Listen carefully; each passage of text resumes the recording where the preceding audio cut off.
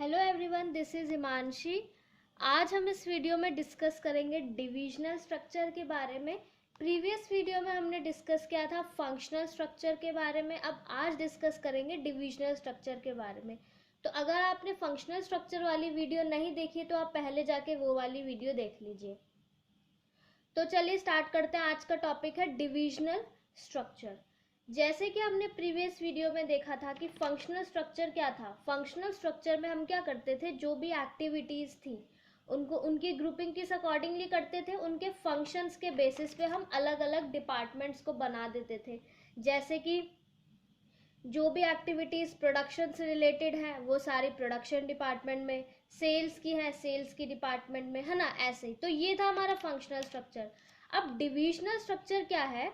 When the organization is large in size and is producing more than one type of product, then activities related to one product are grouped under one department. जब क्या होता है, जब कोई organisation बहुत बड़ी है और वो सिर्फ एक प्रोडक्ट नहीं बना रही, बहुत सारे प्रोडक्ट्स वो बना रही है, तो वो क्या करती है, अलग अलग प्रोडक्ट्स बना रही है, तो एक प्रोडक्ट को एक डिपार्टमेंट जो है वो एक प्रोडक्ट को दे देती है। जैसे then activities related to one product, जितनी भी एक्टिविटीज एक प्रोडक्ट से रिलेटेड है वो सारी एक डिपार्टमेंट के अंदर डाल देती है। जैसे फॉर एग्जांपल, अगर एक ऑर्गेनाइजेशन सोप भी प्रोड्यूस कर रही है, टेक्सटाइल प्रोड्यूस कर रही है, मेडिसिन प्रोड्यूस कर रही है, कॉस्मेटिक्स है ना, तो ये सारे प्रोडक्ट्स ऑर्गेनाइजेशन के। तो जितनी भी एक्टिविटीज सोप से रिलेटेड होंगी वो सारी सोप डिपार्टमेंट में आ जाएंगी, जो टेक्सटाइल से रिलेटेड होंगी वो टेक्सटाइल्स डिपार्टमेंट में आ जाएंगी, जो कॉस्मेटिक्स से रिलेटेड होंगी वो कॉस्मेटिक्स डिपार्टमेंट में आ जाएंगी। जैसे टेक्सटाइल डिपार्टमेंट की जितनी भी productional activity, purchase, marketing, finance, same अगर कॉस्मेटिक डिपार्टमेंट है तो कॉस्मेटिक्स डिपार्टमेंट का production, purchase, marketing, finance, same medicine, soap, सबका वो उस डिपार्टमेंट के अंदर आ जाएगा। तो समझ में आया, एक प्रोडक्ट का एक सेपरेट डिपार्टमेंट है। जैसे सोप का डिपार्टमेंट है तो सोप की जितनी भी एक्टिविटीज है, सोप प्रोडक्ट से रिलेटेड जितनी भी एक्टिविटीज है हमारी, सोप का प्रोडक्शन, उसका परचेज, मार्केटिंग, फाइनेंस, जो भी रिलेटेड एक्टिविटीज है सोप से, वो सब सोप डिपार्टमेंट के अंदर होंगी, है ना। जो मेडिसिन से रिलेटेड होंगी वो मेडिसिन के अंदर होंगी। तो ये होता है बेसिकली हमारा डिविजनल स्ट्रक्चर, कि जब multi product manufacturing large organisations है तो वहां पर ये डिविजनल स्ट्रक्चर बेसिकली सुटेबल होता है। ठीक है, अब हम देख लेते हैं इसकी एडवांटेजेस क्या है। सबसे पहला बोल रहा है प्रोडक्ट स्पेशलाइजेशन। ये तो बहुत सिंपल है, obviously all the activities related to one type of product are grouped under one department only which brings integration and coordination in the activities. जो भी एक प्रोडक्ट से रिलेटेड एक्टिविटीज हैं वो सारी एक्टिविटी एक डिपार्टमेंट के अंदर डाल देते हैं, तो क्या हो जाएगा, इससे प्रोडक्ट स्पेशलाइजेशन होगा, है ना। तो ये हो गया। दूसरा है fast decision making. The decisions are taken much faster because there is no dependence on other departments for taking decision.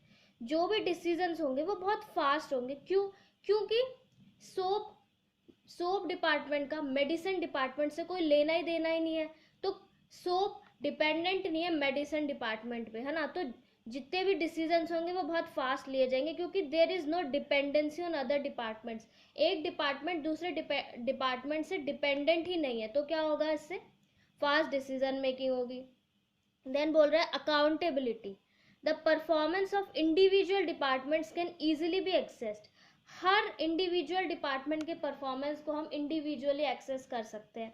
And you can hold the department accountable for non accomplishment of objective. और हम एक department को hold भी कर सकते हैं, उसको अगर उसने कोई भी ऑब्जेक्टिव अचीव नहीं किया है तो हम उस एक डिपार्टमेंट को अकाउंटेबल भी बता सकते हैं। उस एक डिपार्टमेंट को बता सकते हैं कि हाँ, इस डिपार्टमेंट का काम नहीं हुआ है या इसने अपना ऑब्जेक्टिव को अचीव नहीं किया है, तो अकाउंटेबिलिटी रहती है डिविजनल स्ट्रक्चर में। ठीक है, जैसे फंक्शनल स्ट्रक्चर में था कि सारे डिपार्टमेंट्स इंटर रिलेटेड थे, तो बहुत मुश्किल होता था कौन से डिपार्टमेंट को हम अकाउंटेबल करें अगर कोई गोल हमारा अचीव नहीं हुआ। तो इसके अंदर हम इजीली अकाउंटेबल बता सकते हैं किसी एक पर्टिकुलर डिपार्टमेंट को।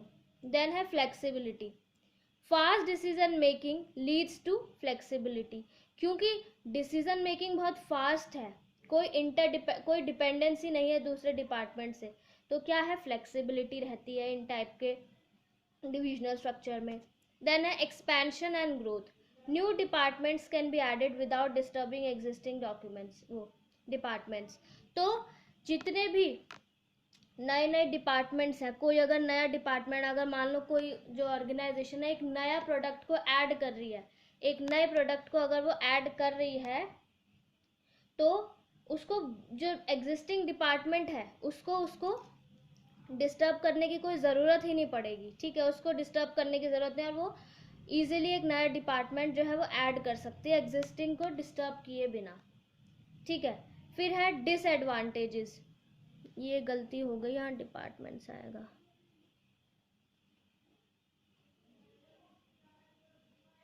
अब है डिसएडवांटेजेस. पहला है more resources required. Each department will require all the resources as every division will be working as an independent unit.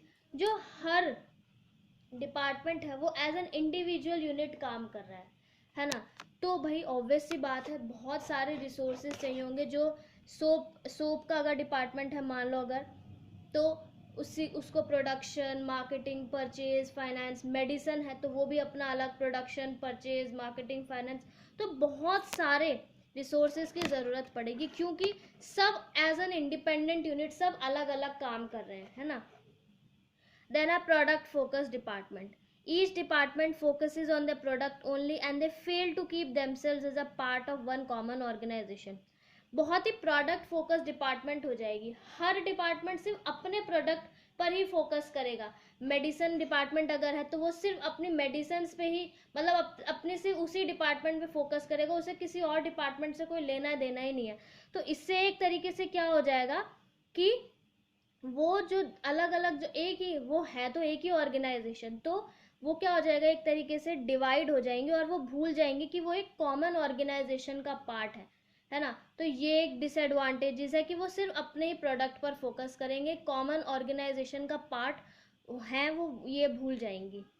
Then है conflicts on allocation of resources. Then लड़ाइयाँ होंगी कि किसको कितने रिसोर्सेज मिले. ठीक है, ये थे डिसएडवांटेजेस. लास्ट में हमारी सूटेबिलिटी कि कहाँ सूटेबल रहती हैं ये वाली डिविजनल स्ट्रक्चर. पहला है ऑर्गेनाइजेशंस प्रोड्यूसिंग मल्टी प्रोडक्ट और डिफरेंट लाइन ऑफ प्रोडक्ट्स. बहुत सिंपल है कि जो ऑर्गेनाइजेशंस बहुत सारे प्रोडक्ट्स बना रही हैं, डिफरेंट लाइन ऑफ प्रोडक्ट्स बना रही हैं, वहीं पर सूटेबल है divisional structure. Then organisations which require product specialisation. और वही ऑर्गेनाइजेशन अगर एक पर्टिकुलर प्रोडक्ट पे स्पेशलाइजेशन उनको रखनी है, जो उनको वही चाहिए, तो वो organisations. Then growing companies which plan to add more line of products in future. और वो ग्रोइंग कंपनीज जो चाहती हैं कि फ्यूचर में वो आगे जाकर वो और भी बहुत सारे प्रोडक्ट्स अपनी कंपनी में ऐड कर सकते हैं, तो उनके लिए प्रेफरेबल है डिविजनल स्ट्रक्चर. तो ये था हमारा डिविजनल स्ट्रक्चर की डिविजनल स्ट्रक्चर क्या होती है, उनके एडवांटेजेस, डिसएडवांटेजेस और suitability. Thank you so much.